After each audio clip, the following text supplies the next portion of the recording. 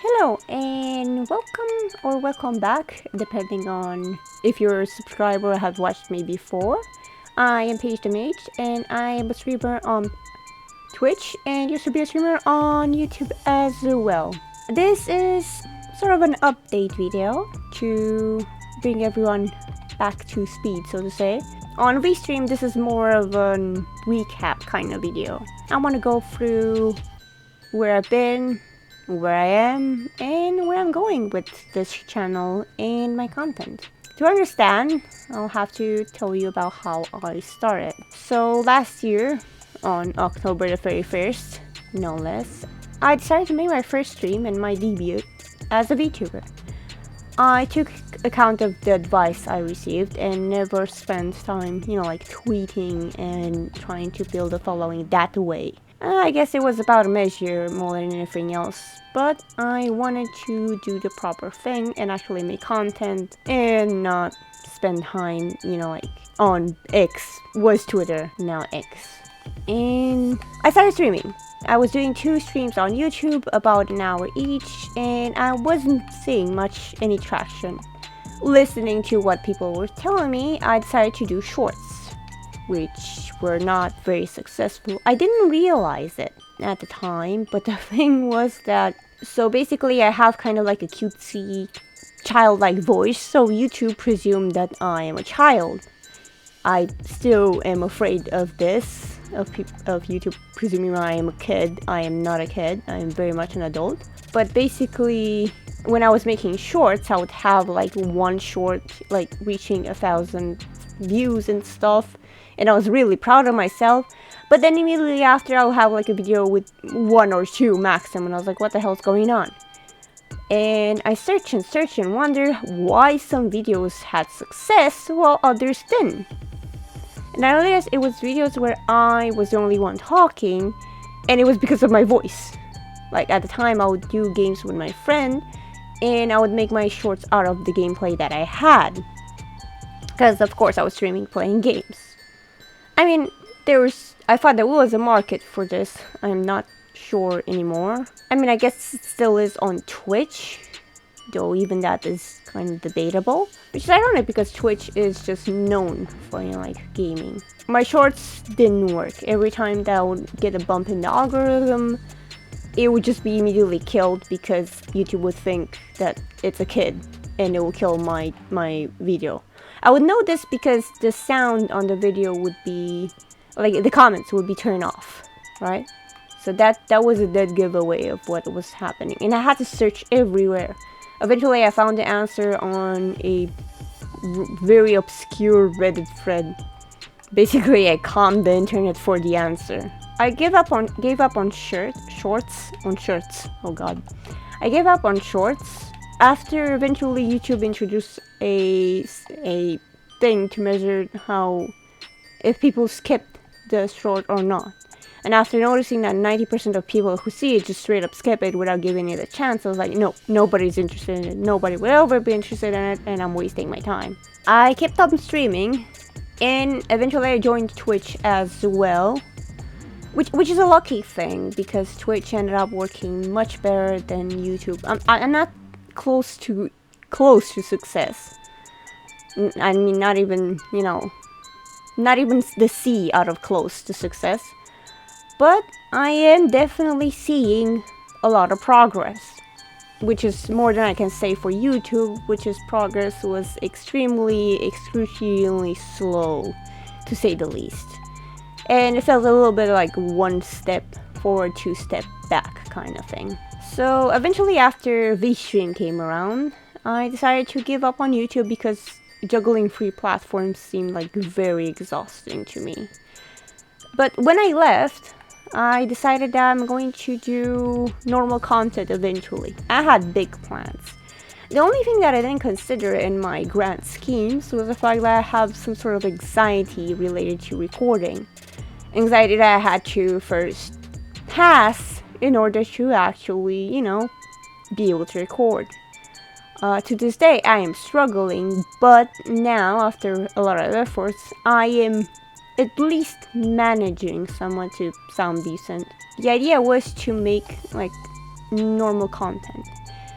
At the moment, with my abilities, I thought of making this into a kind of personal journal series where I talk about my feelings, random subjects that I think about, I don't know, my past, my lore maybe, if I feel very, like open, maybe in the future. For the moment, just keeping a little bit of conversation is, hard as it is. This is not my first recording. I had the previous one where I thought I talked a lot, but I barely made 9 minutes of content. So again, talking this way is a struggle for me. So it's going to be awkward, and I do not plan of hiding the fact that it is awkward. Generally speaking, because I'm trying to kill the part of me that is a perfectionist. And the only way to do that is to make mistakes. As many as possible. Which is why my drawing skills look like that. In the future, I have some ideas for more content of this type. Let me see. Maybe do some creepy reads. I want to go into reading creepy stories. And stories in general. I find the idea fun. Though I am not much of a voice actor, I'll be honest with you. I tried. I am not very good.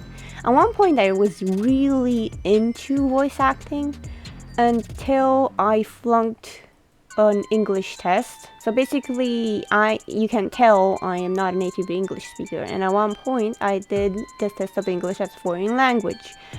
One of the subjects was actually, speaking into a microphone and being recorded. And the first part of the test, I completely flunked. Like, literally, you couldn't hear a thing. I froze the entire recording up until it stopped and the next one came in. I had to force myself to talk anything, blabbing nonsense in order to basically not have the entire thing just straight up empty. The rest of the test was fine and I got pretty high scores. But that one, yikes. Mainly because I didn't say anything in the first part. Because of this, I had to give up my dreams of being a voice actor because there was no fucking way I'm going to be a voice actor if I can't be recorded. But eventually I wanted to become a streamer and generally speaking make content. I used to make content when I was a teen as well. Like, I was doing AMVs where I wouldn't be talking to mic, so I never noticed this problem. But I always had a thing for content for YouTube and now for Twitch as well. The site has grown on me. I'm not really a fan of its practices, but I have been finding fun people who appreciate what I do. Not many, but enough to feel, like a little bit proud of what I'm doing. Basically. So if you want to see me more or actually less awkward than here, feel free to check out my Twitch channel. Links are in the bio, I think. Probably not gonna add them to the description or anything. Don't want to shoehorn it too much. As for the VODs, I am going to slowly take them out, but I first have to take the ones from Twitch because I have a lot of backlog of streams from there. I'm gonna make a second channel, which will be an archive for the VODs from Twitch. And after I finish with the VODs from Twitch, I will be adding the ones from YouTube as well and leave this channel to be exclusively just normal content. Actually, I'm probably going to private all of the videos that aren't straight up content and just leave normal journal content just for the overall cleanliness of it, just not a mess of things.